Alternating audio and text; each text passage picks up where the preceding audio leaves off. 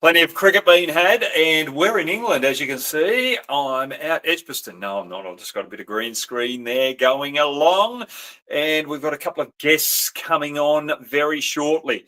Now, before we get on there with the guests, I just want to bring up a couple of things with Australia versus West Indies today.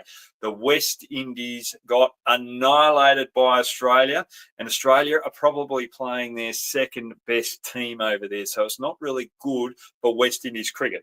Now, I've got Anupam here, who's just asked a question. Was it a surprise to see Maxwell opening the batting?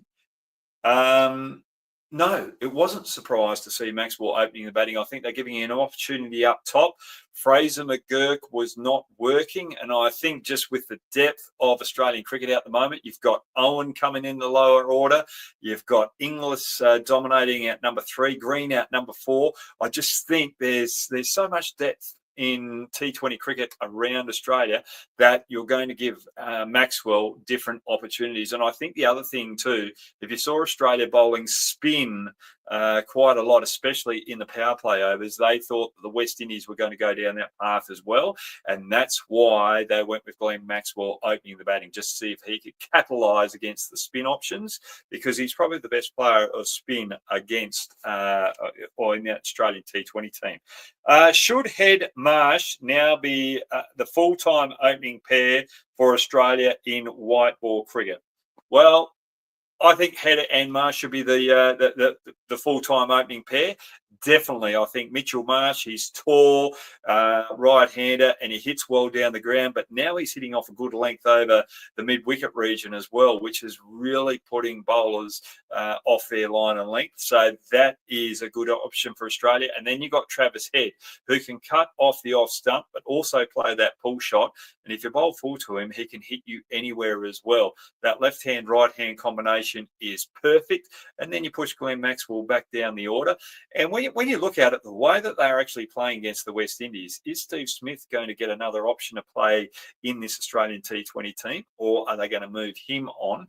Because it's a young, prosperous Australian team. And I might just have one more look, Anupam, while we're going to have a look at the Australia team in there. No, you haven't got one more question about Australia. But if I'm looking at this Australian team, it's great to see Cameron Green dominating out number 4, Inglis dominating out number 3 as well, 2 per Scorchers players, and then you've got Mitchell Marsh up the top there. Plenty of depth in Australian T20 cricket, so watch out for the rest of the world because we are coming for the next T20 World Cup. And I like Nathan Ellis with the ball as well. Just his variety, he complements the spin through those middle overs, and he's a very good death bowler. And when you get Mitchell Starc, Hazelwood back in this lineup, and Pat Cummins, Ellis, and the spin department are great options for Australia moving forward. And we also saw Owen bowl a bit too. Now, if you want to get into live on me and be a special guest, talk as a fan, well, make sure you fill out the Google form. And you can join me just like these two now, Gian and Sanchit. Can we get them on, please, AK, so we can get in and start talking about England versus India. But beforehand, were you two happy with Australia beating the West Indies, or are you disappointed with where West Indies cricket is at the moment? Sanchit, you go first. Yeah, firstly, thank you, Brad, sir, for having me on the show once again. And Yep. obviously, to talk about Australia, I mean, we saw the smile on your face because they have had a wonderful tour so far, including the Test matches and the T20 as well. And I completely agree. I think Australia in this particular format, they are looking like a force to reckon with. And the best part is, it is not even their main team. You have the B Mm. side playing this, and Cameron Green, I mean, he was dearly missed in the last 1 year because he was out with injury. But now he's showing why he's a lethal force for Australia, not just in this format, but all across all the formats as well.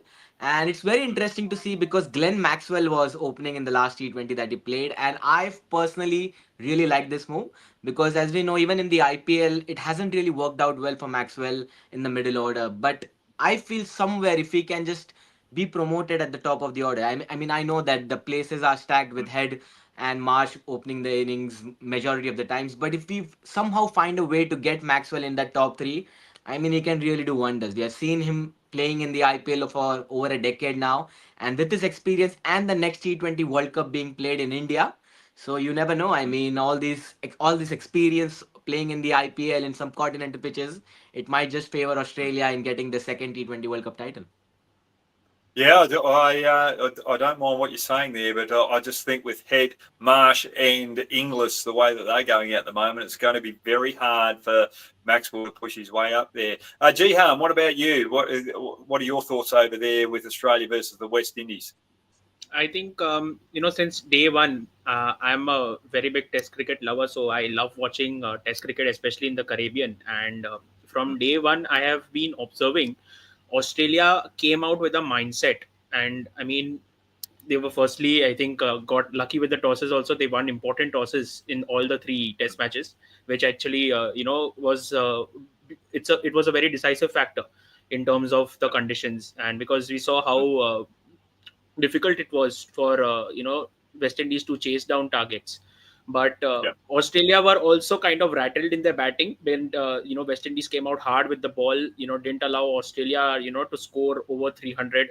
So, but for me, I think a big disappointment were from West Indies in terms of in Test cricket or even the T20 is the batting. I mean, they Mm, haven't looked the same West Indies what we used to see at least till the early or the late 2000s. I mean, we had the likes of Brian Lara, Shiv Narayan, Chandapal, and all those Kyron Powell, all the big players who used to score 400, 500 runs, but now we are not even they are even struggling to score 150, 200. But I think Australia, are coming out hard. They are coming out with the mindset. Even in the two T20s, we saw West Indies were at a point where they could have scored 220, 230. But the way mm, Australia came back into that middle 15 to 20 over phase where they restricted West Indies to over around 170, 180 mark, and then mm, went on to literally chase down the target easily. And what an introduction was Mitch Owen, I think, to the Australian mm, side. And with, as Sanchit rightly mentioned, that they were not even Australia are not even playing with their main team. I mean, right now they are mm, missing Head, Cummins, Stark, Hazelwood, etc. So I think they are. It's a good experiment to try out. Maxwell opening the innings and Cameron Green coming back into form. I mean, it's really amazing to see this team, and I think this team is the closest which I feel for the next year in the T20 World Cup, which can actually challenge India. Yeah, I totally agree with you. And when you look at the lineup that Australia have got over there in the West Indies, I just think this might be the T20 team that might play in that T20 World Cup over in India. I think the only players that will come in will be the bowlers, especially with the way that Owen batted. And if he has another great IPL, I think they'll continue with him. But I think Hazelwood, Stark definitely come back into that T20 fray. I just like Ellis with his change of pace and the way that he goes about it with the depth bowling. I think he'll be pushing Cummins for a spot in that T20 World Cup. Cummins, brilliant, sensational. But I just think Nathan Ellis is just starting to prove himself worthy of a spot over there. And just one last question before we go on to the India England series. Are you worried about West Indian players not being able to play in the IPL moving forward, or the lack of talent of West Indies players playing IPL probably in about 5 years, 10 years' time, once the likes of Hetmeyer finish their careers? Personally, I think it's a glaring issue. I mean, it's not been an issue of the recent past. It's been an issue over the last decade or so with West Indies cricket, and there have been positives over the last decade where we saw them doing really well in the longest format. I remember them winning two back-to-back series against England at home, and then winning a few games in England. I think I remember the Headingley chase in Mm. 2017, and then just after COVID break, they won again in England. And then who could Yep, forget the Gabba victory last year against yep, yep. Australia where they leveled the series. So there have been quite a lot of good moments for West Indies, but that's when you expect more as a fan. As a cricket lover, you want to see the great West Indies team compete again in the longest format. They've had success in the shorter formats, but even if you look at it from T20 point of view, since the 2016 triumph, they haven't really done anything. I mean, in the last T20 World Cup, they failed to qualify for the later stages, and that is a big issue for them. I mean, Mm. who could have imagined a T20 World Cup knockouts without the great West Indies team, two-time champions? So it's a really Yeah. a big issue. So hopefully, I mean, with all the politics and all the issues that are happening in their board right now, it gets resolved, and we want to see West Indies compete again in the longer run, not just in Test cricket but across all formats, because we want to see West Indies cricket be there and compete in ICC formats. I mean, 2023 World Cup, we really missed them. Champions Trophy for the last two seasons, they were not there. So hopefully, I mean, it's baby steps, but we want to see them back in the ICC events. It's like Italy not playing the FIFA World Cup in the last 2 years. So Yeah. similarly, I Yeah. mean, West Indies, a long forgotten great. We want to see them compete at the largest format. Yeah. We've got to turn it around very quickly. What are your thoughts, Jahan? See, Jahan? um, Yeah. according to me, I think over the past few years, too much reliability has been on the senior players. Like example, Craig Brathwaite. Like we've seen Mm. him play a very defensive role, but on the other hand, also he used to hang around from one end, keep scoring runs, and he it was such kept if Brathwaite starts scoring runs, West Indies are in the game. But if Brathwaite Yeah. fails, the entire top order or middle order starts collapsing, which exactly what we Mm. saw from the in the on the Australia series as well. So I Yeah. think dropping Craig Brathwaite after his 100th Test match, I mean, it literally kind of proved and showed that what West Indies are actually missing. They are kind of rattled right now. They are trying, I think, trying to have too many experiments going on. The top order or maybe even in the middle order is not fixed. And Brendan King did a Mm. fine job with the bat with from his debut in the first match, and Mm. even Shea Hope, after returning, I think after a long time into Test cricket, showed Mm. some signs of improvement. But I think they need solidarity, like Craig. They need players like Craig Brathwaite into that squad. Who can hang Mm. around for a while. Get the new ball bit soft and start scoring runs. They need that run flows. They need some runs in the Mm. bank for the bowler, because the bowling has been exceptionally improved with the likes of Jaden Seals, Shamar Joseph, and Alzari Joseph. These three have been absolute lethal, and I think a slight missing puzzle is getting back Kemar Roach into that 11. I mean, he's an absolute West Indian legend according to me, and you Mm. need the likes of experience into that squad as of now. Yeah. Yeah. I think Roach is probably a little bit too far gone now. I like their bowling attack, but with Roach, I think that's pushing it a little bit. But it's a good name. They need that experience there, and I totally agree with you with all the points that you've said. And Sands is here. Have West Indies been able to nurture Test batting talent, um, barring Braithwaite, as you said there, Jahan, when it comes to solidarity? And I think Jahan has just answered that perfectly. I think the West Indies are struggling. I think they're focusing more on T20 cricket now. I think just with their beach cricket, the style of living that they have over there, I just think that they want to go down that path. And I think Test cricket is falling away there. And that's something that the ICC's got to work out moving forward too. Where is Test cricket? Who's going to be playing Test cricket? And do we start having a tier system where the associate nations can force their way through and play in those lower divisions? And then if the West Indies don't want to play Test cricket, then all of a sudden they start falling away and just concentrate on the white ball format, which might be more profitable in the West Indies rather than trying to have that expense of keeping Test cricket there when you're losing so much money. So there's a lot of things to ask there. Now, before we get into India, England, you guys with the North Stand, you're actually following some tournament over there in Mumbai, isn't it? It's the monsoon cricket. What's it called? It's called the Kanga, and it's a very Yep. unique format because it's not being played across India. It's just played in Mumbai cricket. The reason why it Yep. is unique is firstly it is the oldest. It is regarded as the oldest and the toughest cricket tournament in India, because as we know that Yep. in India the domestic season it begins late September to October and it goes on till March April. But in Mumbai Yep. cricket, the reason why they have 40 odd domestic titles, the reason why they are the most successful team in India is because their season begins in June while the rest of the country starts in October. In June, Yep. it's peak monsoon. Mumbai is known for its notorious rains, but in there, they play on uncovered wickets. The reason why Kanga League is so famous, because all these clubs across the different parts of the city, they come together, they play in different divisions, and they play on uncovered wickets where it has rained like notoriously for day and night, and that is where the test of the batters are being tested. I mean, bowlers obviously have a great day out, but the batters who like carry the momentum into the domestic circuit and even in the international cricket when they are called up, they carry this momentum playing on difficult wickets across the different parts of the city.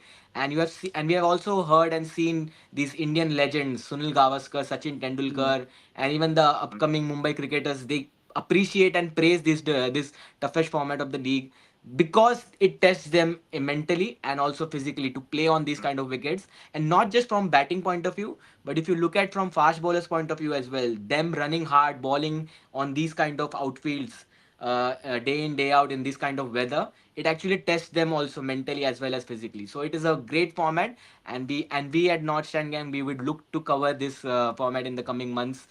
So currently it's raining quite hard, so the initial matches have not really been active as of now, but it is played every Sunday and it is played for 3 or 4 odd days. So hopefully next week we have better weather conditions to have some kind of play in the upcoming week. So yeah, looking forward to it.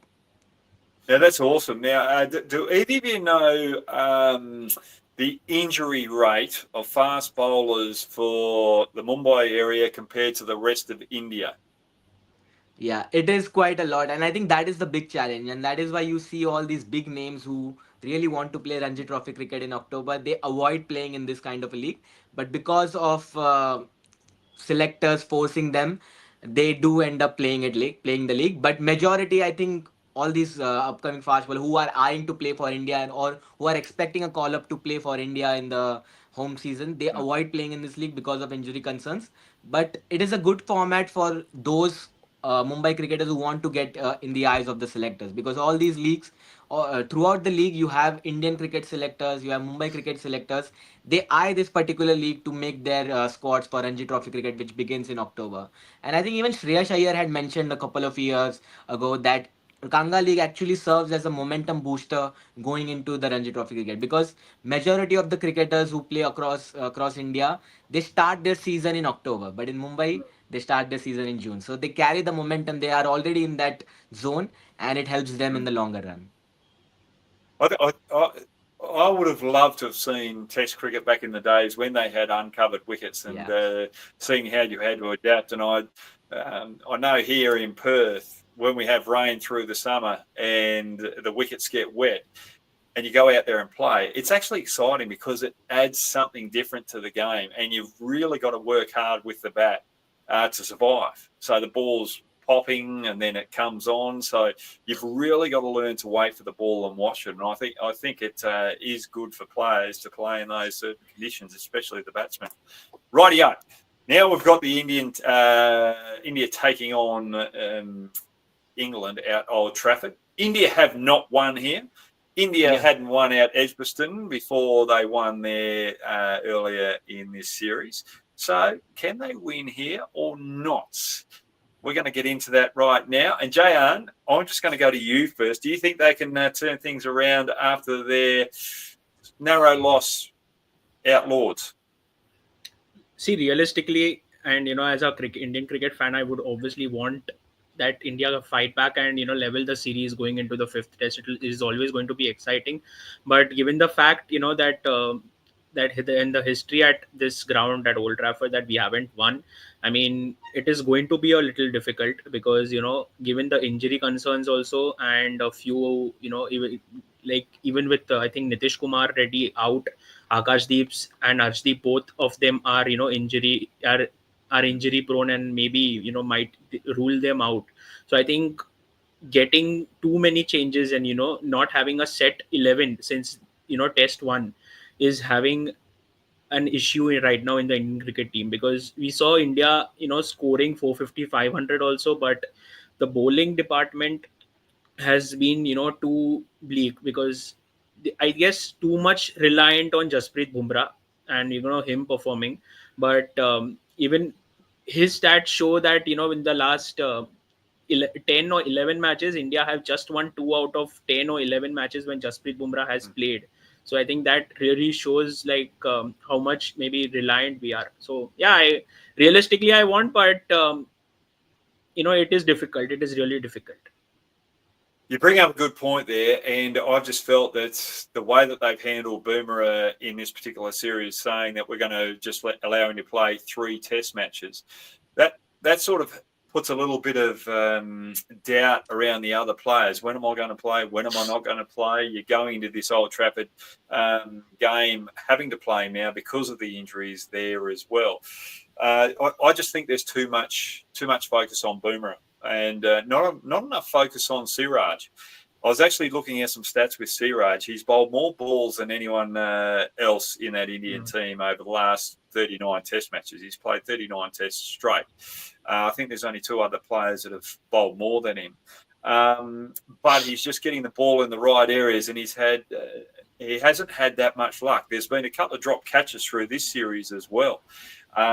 So for me, at the start of the series, I was doubting Siraj, but now looking at the stats, see how he bowls, his consistency over here in England, I think there should be more focus on Siraj and what support can you have around him out the other end, because he applies so much pressure. Sanchit, what do you think? Absolutely, I 100% agree with this, because I even feel that Siraj has been a workforce, just like top 10 shots in the comment section is mentioning. I mean, he has played all the 5 test matches in Australia back in December and January, and now possibly he's on his way to play all the 5 in England as well. So, very few times you see a fast bowler playing 10 test matches both in England and Australia and without getting all the credit. So, Siraj, I think, deserves appreciation. He's been like a workhorse for Indian cricket for the last 2 years or so, and it's time that we put respect to his name. Yes, there have been times there where we feel that he has got carried away with his emotions, and he kind of gets in the face of the batters. I mean, as a fast bowler, as a cricket lover, you love to see fast bowlers getting in the face of the Yeah. batters. But Yep. obviously, as an Indian fan, it is so heartening to see people finally appreciate what Siraj is all about, and it is because of that we can really see and feel that yeah, India can do well even without Bumrah. So I think even I agree that a lot of attention has been on Bumrah even before the start of the series as well, whether we will compete or not in his absence.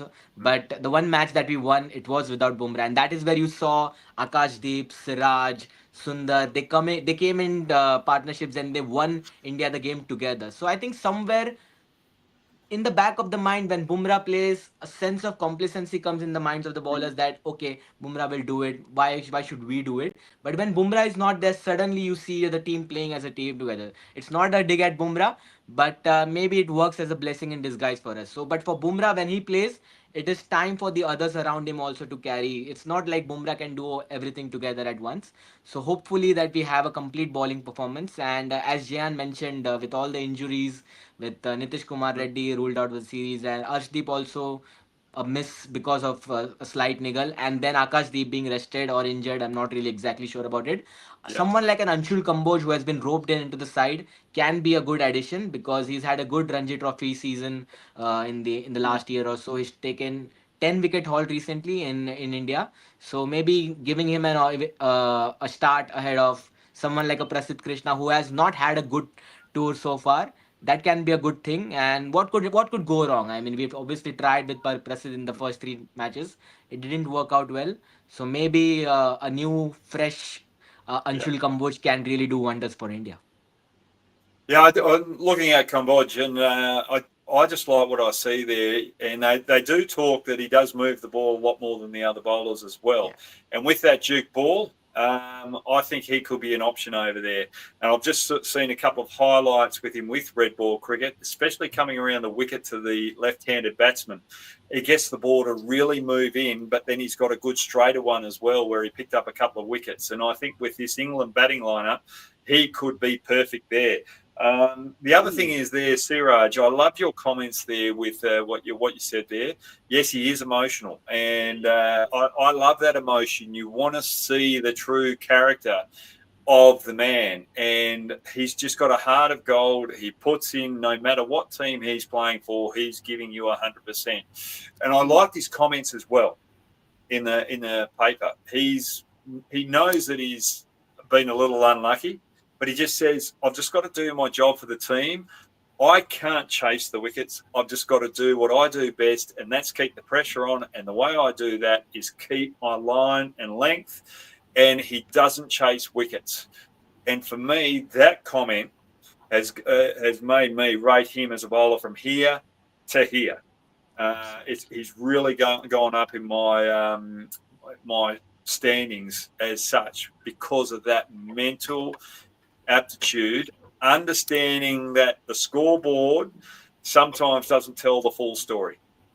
And it shows with Siraj. He's just applying that pressure all the time. And if his teammates start taking a few more catches off him, well, the stats will turn around. We better get up here to the Duke of Ristington. I like that. Totally agree with Kambodge.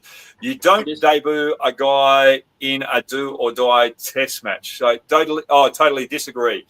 Well, Duke, I agree with you, but I also sometimes I think that at this particular moment, with you've got to understand whether Krishna is fully confident coming in the test match or not. How has he been around the group over the last couple of weeks, especially being dropped after the second test match? So you've got to look at that. If he's not mentally in the best spot, well, that's where you go with Kambodge. And I think sometimes someone who comes in gets that opportunity from nowhere.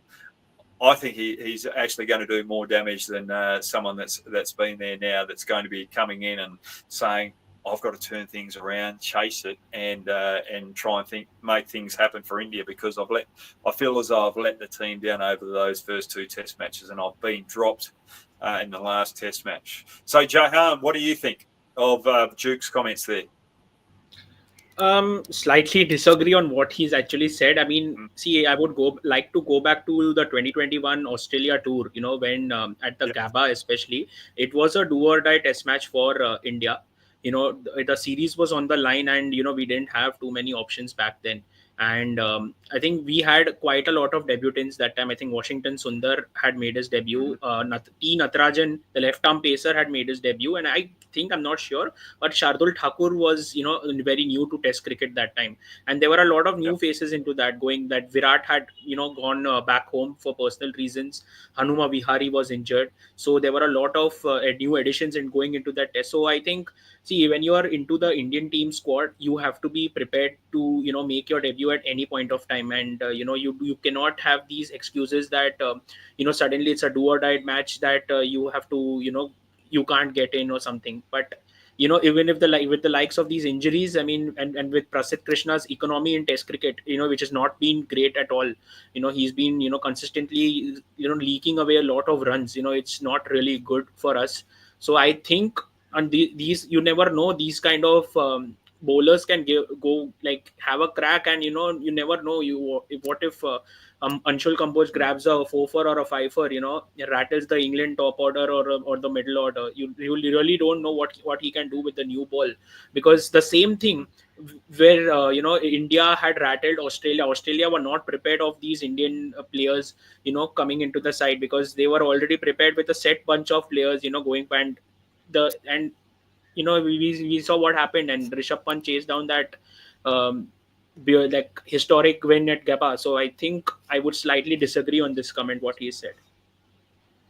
Yeah, I think the biggest concern for India, or the probably the biggest headache, is how they're going to go with their batting lineup without having Reddy there to bat deeper. I don't think you really need to worry too much about that. I think you've got to trust your top six and just hope those Washington, Sundar and Jadeja continue to do their job with both bat and ball. And you're probably going to have to get them to bowl a little bit more from one end, try and keep it as tight as you can to rotate the bowlers out the other end. I think they've got to do something different there. But the other thing is too, Krishna, when he had to change things up and bowl short, he wasn't really troubling those England batsmen, and I think that was the biggest concern as well. So I think they've got to go with Cambodge on this one and give him an opportunity moving forward. Do you guys want to go to your questions, or you want to keep discussing as we are now? I think it's Anything been is pretty fine. I good the way mean, we get. yeah, I mean, even the comment section is pretty lively, and obviously, Yep. we love a debate around Prasid and Kamboj. And I would like to add one more about the batting order. I mean, obviously, the title Yep. of the show being about Karun Nair. So you slightly Yep. mentioned about the batting order. I personally feel that it's going to be a big thing to decide for India, because obviously with Nitish Kumar Reddy being ruled out, it is now time for India to think whether they need an extra bowler or whether they want to like strengthen their batting order. So if they want to strengthen their batting order, then obviously you have Sai Sudarshan, who played the first test match. You rope him in Yep. and play him at number 3. Or maybe you go with an extra all-rounder, a like-to-like all-rounder for someone like Shardul Thakur. He can play in Yep. place of Nitish Kumar Reddy.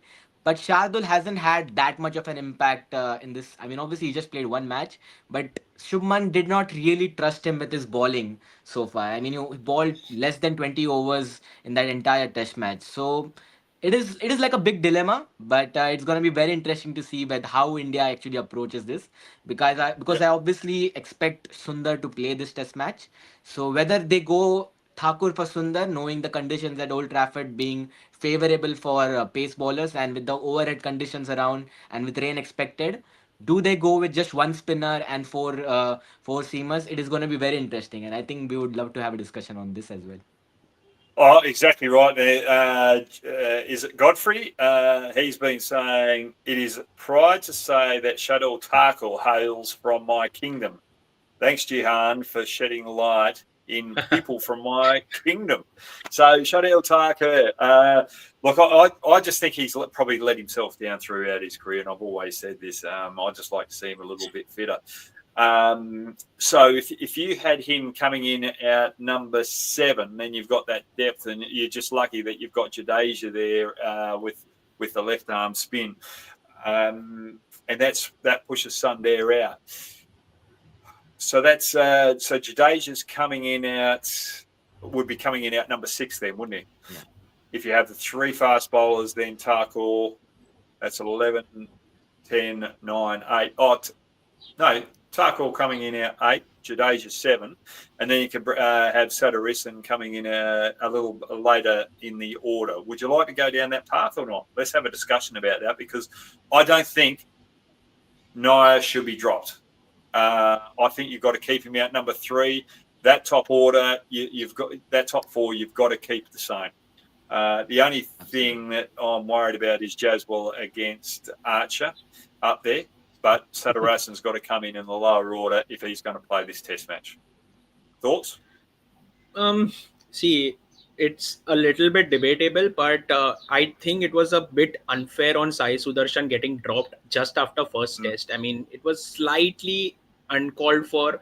I mean, yeah, see, anybody can have a debut, like a lightning debut or a mediocre debut. But according to me, it was a bit harsh to just drop him off and just sideline him and suddenly call him up in a do or die test match. But according to me, I think Karun Nair coming back into this Indian side after 8 years. I mean, see, it's a good thing he's scored a lot of runs in the domestic. He was non-stop scoring hundreds and double hundreds. Getting him back was obviously, but again, these are England conditions. He scored all those runs in the Indian conditions. It makes a lot of difference. You're playing on turning tracks. You're not playing on those fast pitches or bouncy wickets.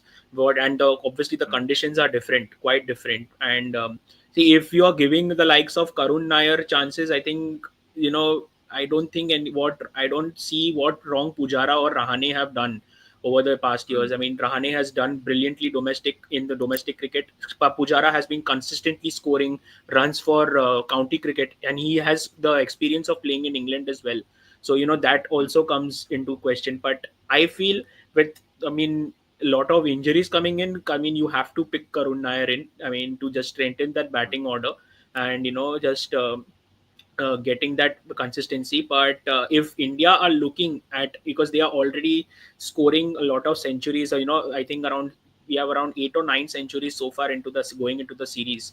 So if they are going with a player like Karun Nair, I think they will have to up their bowling big time, because it is going to be very difficult to contain England, because they have been consistently coming up at India, because we have seen in those small moments the catches getting dropped, the bowlers getting rattled, and the batsmen making the paying a heavy, India are paying a heavy price for it. If just a small mention from the last test, Jamie Smith was, I think, batting on 1 or 2, and KL Rahul just dropped a dolly, and he went on to score 45 odd runs. I mean, that was, according to me, the decisive point going into the test match, and that was the turning point, where India lost the match. Yeah, I agree. I can agree with you on that particular moment, and I think that same thing happened out Headingley. There was a couple of easy drop catches there, which let England off the hook. So India's fielding, I think, is one thing that's got to lift. I will mention one other thing in that last Test match out Lords. Pant getting run out just before tea, trying to get Rahul on strike to get his 100. I think that's one thing that you can't afford to do in Test cricket. Mindset. You can't worry about scoreboard milestones. Just let it happen. You've got 5 days of cricket. You've got a long time to bat. Don't worry about it. You've got to think about it over tea or lunch or however long it is. You've got to think about it. And Rahul's old enough, mature enough to be able to handle those situations. And then when Rahul got his 100, the very next ball, I think he's still thinking about that 100 as well. So there were 2 moments there where, and both in the first innings, the drop catch and 2 wickets in 10 balls, worried about someone's milestone. I think that's probably cost India the Lord's Test match. And the drop catches have probably put India in a spot where they're 2-1 out the moment behind. So you're exactly right there. Sanchit, what were you going to say there? Yeah, about Karun Nair, I mean, obviously, I would also agree with you on this, that it's going to be unfair if we drop him in this particular test match. I would love to see Karun play all the 5 test matches, and then after that, based on whatever happens at the end of the tour, then we take a call on this, because with all the injuries around, and with us being heavily dependent on the success of our top orders, it is very important for us to also look at the middle order. I think that is where India will really need to strengthen, and that is why I feel we need to play both Sai Sudarshan and Karun Nair in this particular test matches. Now the big dilemma is whether you push Karun Nair to number 3, or whether you get back Sai Sudarshan at 3 and play Karun at 6. So that is going to be a big dilemma. Personally, I would love to see Sudarshan at 3 and Karun at 6, because I feel Karun has been getting those starts in this particular tour. You have seen him play, scoring 20, 30, 40. He's been looking good for those particular amount, but then suddenly, close to lunch, close to tea, he suddenly switches off and then throws his wicket away. So that has been a mental problem, I feel, but technically he's been really good so far. It is just about how we can take his game a little bit higher and scoring those big important runs. So that is where somewhere I feel that we should not be too harsh on Karun in this particular tour. Give him the entire series and then take an action going into the season after that. Because obviously we all know India is going to go through a big transition in the coming years. We want to test out, and we want to be patient with these kind of batters as well. So hopefully we see Karun and Sai both playing all the remaining test matches from here on, and then after that we take a call. So it is just going to be about whether we trust him at 3 or whether we want to see him at 6. The only other problem is going to be how we're going to deal with getting in someone like a Shardul Thakur. So maybe Sundar or Shardul, both of them, they can't play together. So whether India would like to go with 4 seamers and 1 spinner, or they would like to go with their traditional 2 spinners and 3 seamers combination. But with the overhead conditions around, and the pitches traditionally supporting the fast bowlers, I wouldn't be surprised if we see Sundar being dropped for Shardul in this particular test. Yep, right, yeah. I can see where you're coming from there. You brought up a good point about Nair too, just getting out before breaks. That is a mental shift as well. So he's playing just naturally, then all of a sudden, I've got to survive till the break. Once you think that, you change gears, and all of a sudden you're a little bit more tentative. You're playing for survival rather than looking to score. And I think the best players of this day continue to keep looking to score runs. So that's something that Nair needs to do. Rahul Jha, how are you going? Thanks very much for that 100 rupee. No talk of Jurel is baffling for me. And I'm glad you brought this up, because if Pant is not quite fit, then Jurel's got to come in, and that's going to really displace the whole order as well. But then when you actually look at that, I'll finish the rest of the comment. He is preferred of the best middle order batters, and Karun Nair getting selected ahead of him is a disaster. Come on, Rahul. I actually like your comment there.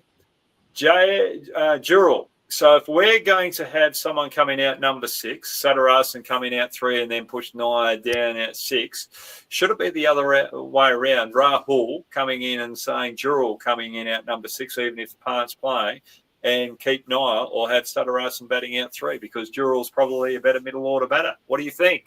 I like it, actually. That's a good thought.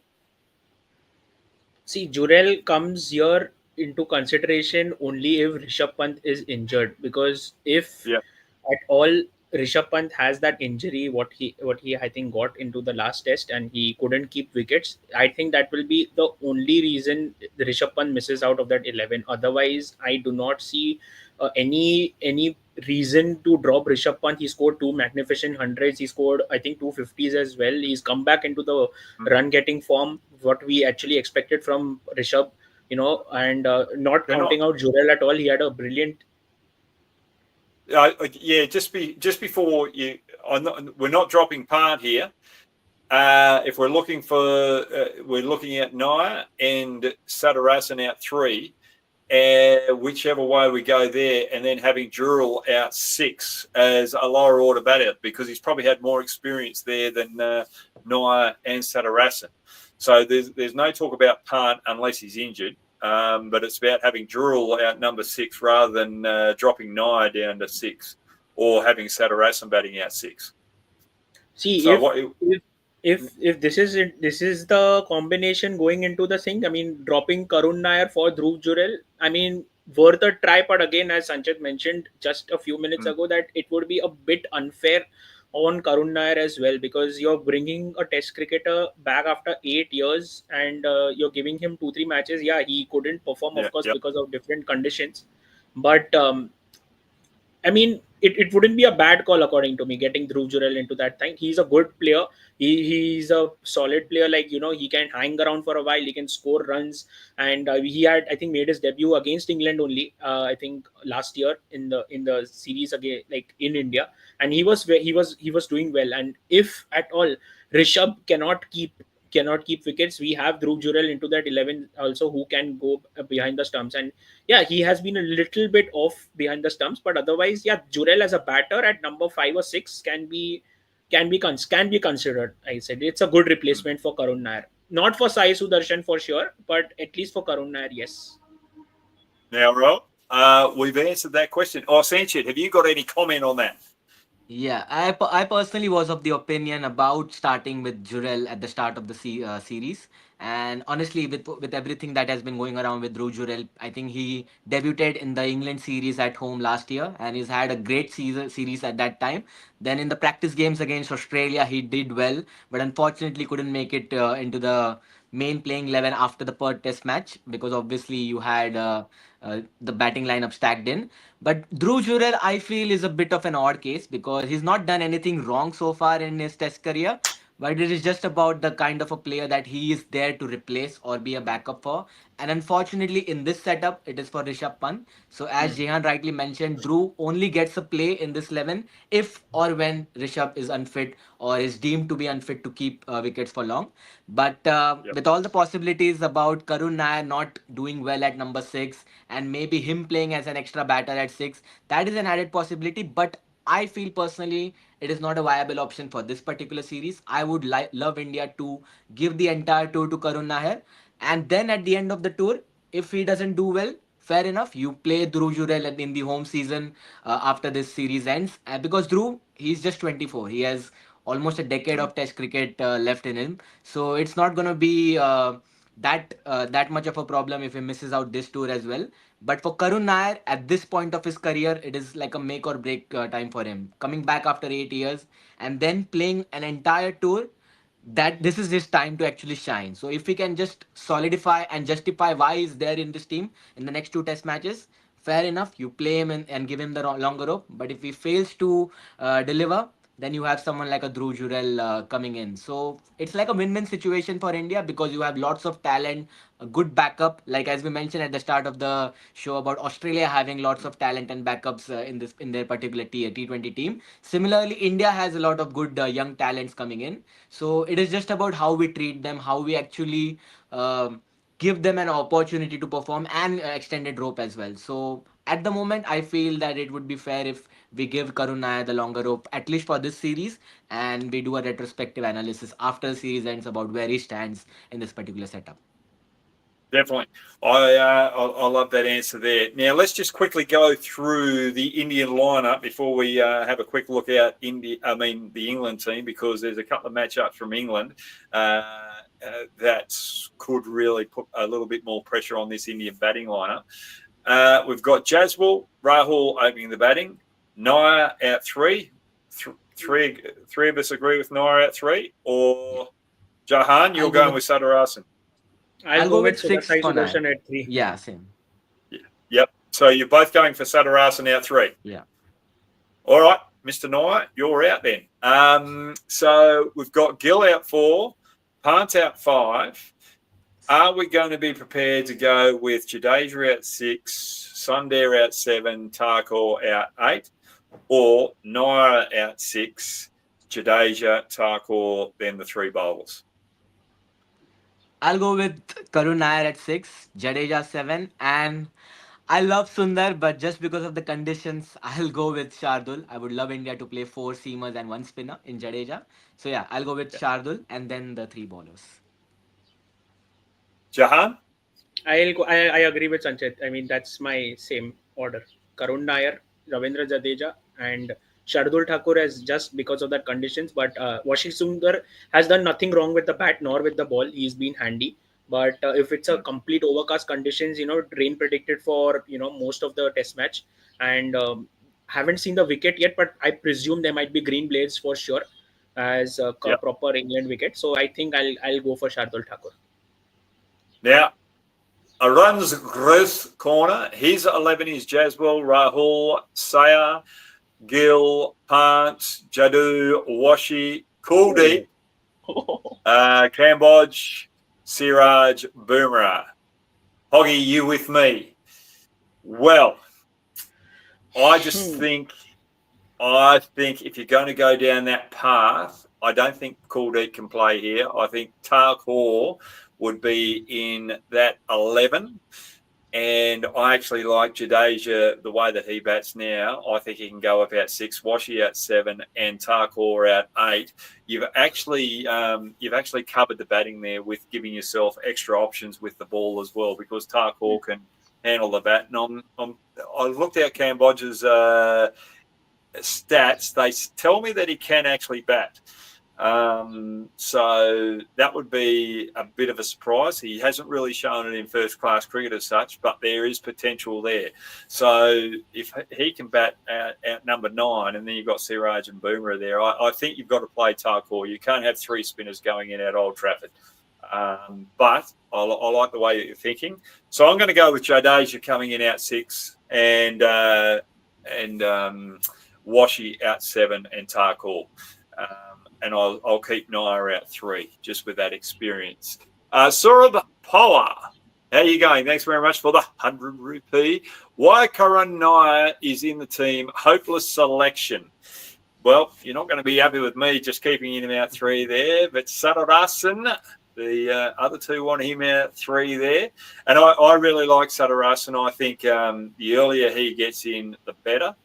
I just think he's got a lot of talent. The way that he plays T20 cricket as well, he plays nice and late, and that's good for Test cricket as well, because he's playing the ball under his eyes, especially that moving ball. So I'd like to see him playing a lot more Test cricket.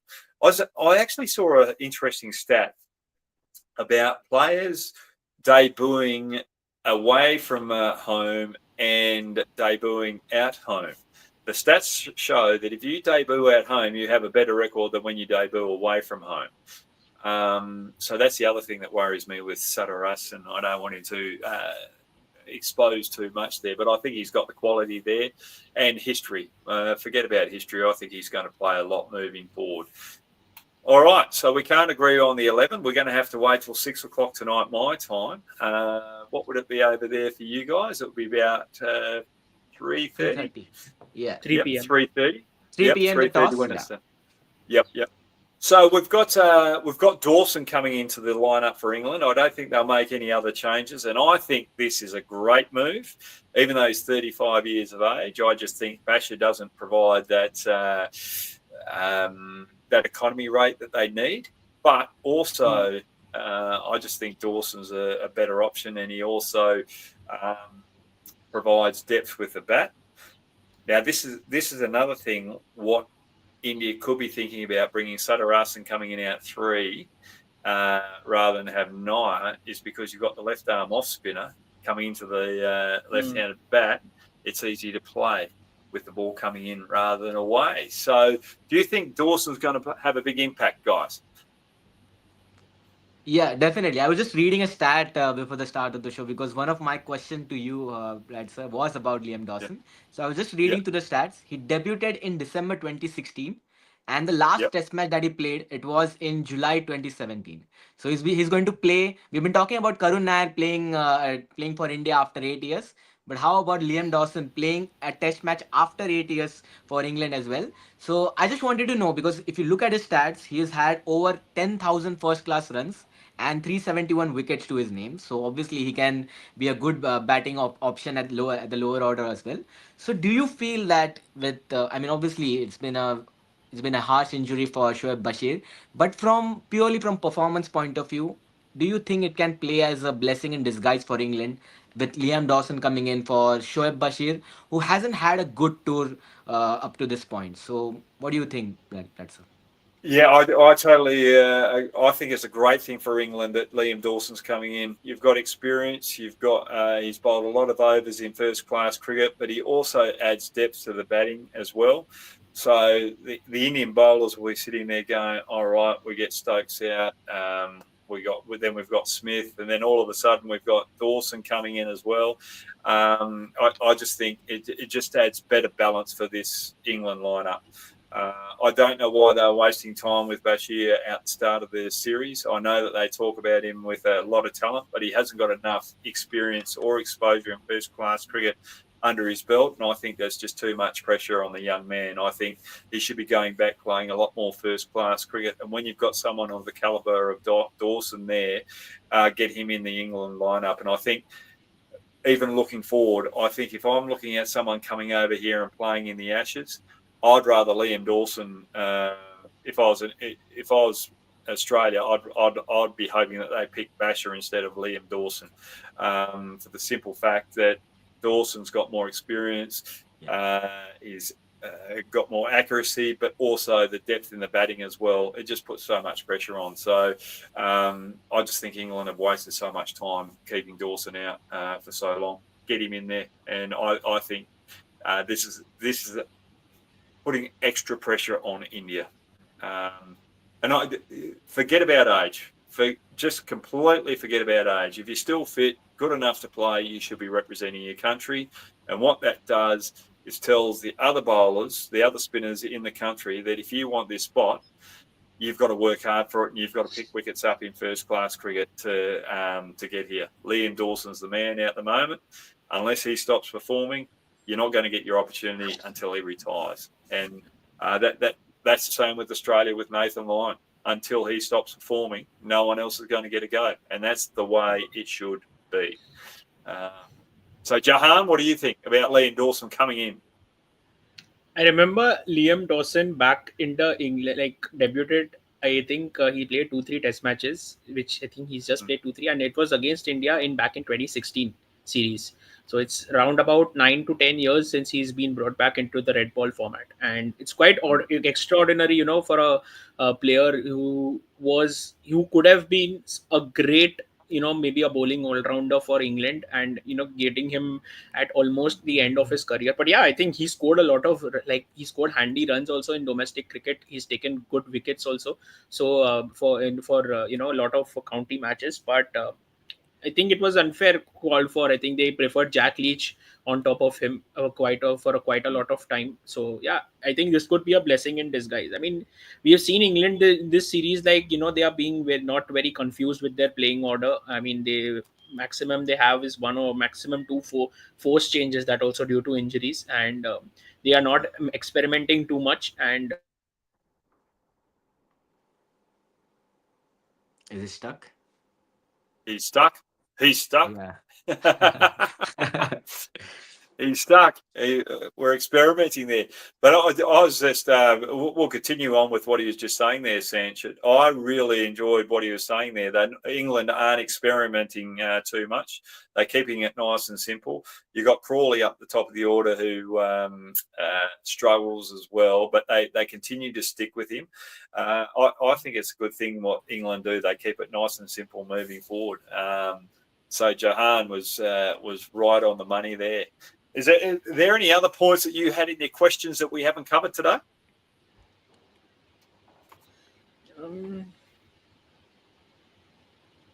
Mine are pretty much covered. I mean, obviously, I had a question about I think Karun. one small point. I think a player which has not been spoken of much, according to me, and who's not being considered also, is Abhimanyu Easwaran, who has been waiting very patiently into the squad since a long time. And I think he's seen many players, going in front of him into that playing 11. And I don't know, but I think he could be one option as well, going into this test series. But I think too much to ask for from him. But if they are looking at Sai Sudarshan, but I think Easwaran also, if the selectors, I think, will be looking at Easwaran as well, because Jaiswal has been scoring, like, I can say, if he's scoring 100 and a 50, then a slight or string of Well, he's gone again. Yeah, I think the net has not been too kindly with him. But yeah, I really liked about the topic about Ishwaran. I think one of the person in the comments was also about Ishwaran. I feel Yeah. somewhere to continue with this is that it's about what kind of mindset India goes with. Whether we want to persist with a look at the future. If we are thinking about future, then you have Sai Sudarshan. But if you want to back experience at this point of the tour, then you have Easwaran. And Easwaran has been pretty unlucky in his pursuit for his first debut test cap for India, I would say. So I wouldn't actually be surprised if we go with Easwaran in this particular test match. I mean, he really deserve it, but it's about how you go forward with him. Do you judge him on the basis of the next two matches and you drop him in the next upcoming tour, or do you actually see him as an option at number three for a longer period? So it's about the kind of mindset that Indian management has for that number three role, because we don't want to look at short term goals. We want to look at long term. If we feel that Ishwaran is the option to go for in this particular cycle, then play him in these two matches. Don't judge him, because obviously it's been pretty unlucky leading up to this point. Don't judge him on basis of these two matches. Playing for a longer rope and then have a call on him. So whether it is about Sai Sudarshan or whether is it about Abhimanyu Ishwaran, it is about giving them the longer rope and judge them after a longer period of time, according to me. Yeah, exactly right. And I think Sadarasan, as Jayan said at the start of the talking point here with India versus England, he was unlucky to get dropped after the first Test match. So I think if you're not going to play Nair, you've got to go back to Sadarasan and give him another opportunity. But for me, I think you've got to go in this Test match a bit like what England do. Stick with the batting order that you've already had. The only thing that you want to tinker with right now is the back end around that middle order. Do you want to go with 4 bowlers, or do you want to go with 5 bowlers where you've got 3 all-rounders? Or 6 bowlers, sorry. Whether you want to go with Washi, Jadeja and Thakur with that batting depth, and then have 9, 10, 11 as your 3 frontline bowlers. I think that's probably the only concern you go into this Test match. Otherwise, you're overcomplicating it. And for me, if I was India, I'd go in with Washi, Jadeja, and Tarkor. Don't change what you've been doing over the past couple of games. And I think Washi's good enough batsman down that bottom order to be able to help Jadeja. And I think Tarkor can also handle the bat well and get a cheap little 30, 40 here and there as well. So that's my take on it. So who do you reckon is going to win tonight's test match or this test match over the 5 days?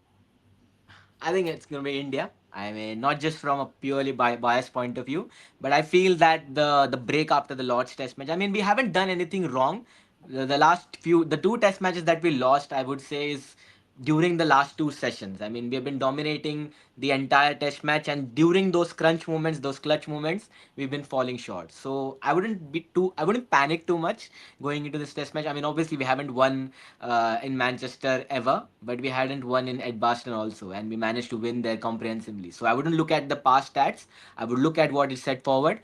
So it's been a great series so far, as even Ben Stokes had mentioned. It's been going neck to neck towards the last session of the Test match. So it's going to be difficult, but I would say that India has this in their bag.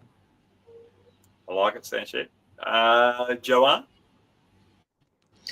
I think realistically, seeing the weather conditions, I think rain is going to win. And if rains, keep away for a while, and if we have good amount of time to complete this test match, I think I want at an emotional level also, I want India to win this test match, because it's obviously, as I said at the beginning also, that going 2-2 into the series, and it is going to be obviously an exciting one at Oval to have a decider. And we don't have, how often have we seen test matches getting over on day 5 at the last session. So I think it should be an exciting one. And I mean, no time to no better time to break that jinx of Manchester also and win our first, as we had done at Gabba 2021.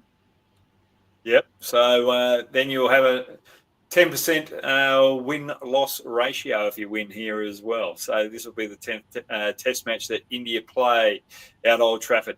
Now, I said before we came on, what did I say before we came on about who I was going for? England, obviously. I did, but I said I wanted India to win. But just as we've gone through that discussion, and I think the main point here is fielding has cost India 2 of the test matches, and just small periods with the bat have cost them as well.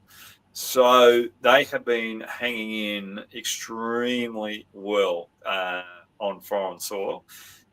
And I agree with both of you. I think India can win this particular test match. And the thing is, if rain does delay it, the way that England play that aggressive style of cricket and go after the bowling and can score quickly, I still think there's a chance of a result. So I think Siraj is bowling well. Bumrah is bowling well. And if there's a little bit of greenery there, I think Kambodge has to come in and Tarkor. And just with the way that those 2 bowl with a little bit of seam movement and swing, they can do a little bit of damage as well. And you saw Ready Out Lords. If you just get the ball to move a little bit, you can cause havoc. And I like that. And I love what you said, Sanchez. Forget about the past. Yesterday's dead. It's about what is happening today. And it's a new challenge. And it's an exciting challenge. And I think India can get their first win at Old Trafford. So I was going to try and have this 1 against 2, but I just can't do it. You just can't go against your heart. No, you can't go against your heart. And plus, I want to see England get beaten before they come over here against us in the Ashes series as well. So that's all good. So you guys, just before we go, you're going back to that the tournament in India. So what's your role there with the tournament there?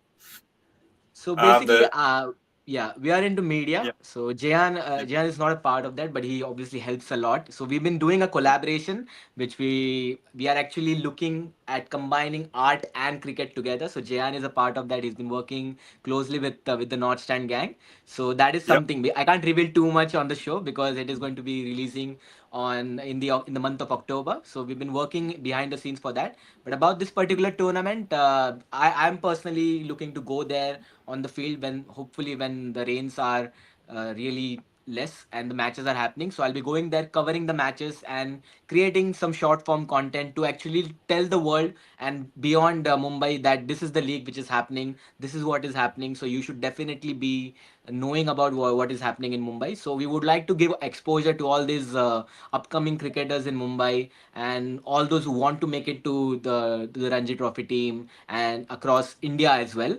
So that is what we want to do as a part of the North Stand Gang, to give coverage, to give a platform for these players to shine, and we would like to do it in form of Instagram reels, create interviews also with the players if it's possible, and about their experience playing on these uncovered wickets and what are the challenges that they face pre-season, during the matches, and even after the matches, whether it is about injuries or like whatever the questions that you had in your mind about the threat of injury. So we would like to interview the players after the matches as well about their experiences. So hopefully it all goes well and it can actually reach out to bigger amount of people in India and across India as well, hopefully, to know what Kanga League is all about. Right, yeah. And where can they follow you to follow that tournament? Yeah, so I have my own Instagram page, Sanchit D43, and I've been doing Yeah. collaborations with the North Stand Gang. So during this tournament and even beyond the Kanga League, we'll be covering Ranji Trophy cricket as well. So yeah, you can follow during in this particular pages as well. Right, yeah. We've got someone who's just popped up here, Neville Zaba. Jahan, he's a mate of yours, is he? And yours Yeah, too, no, Sanjay? no, he's my dad. He's your dad. Yes. Right. When he said, "What's up, bro?" I thought, right. And then I saw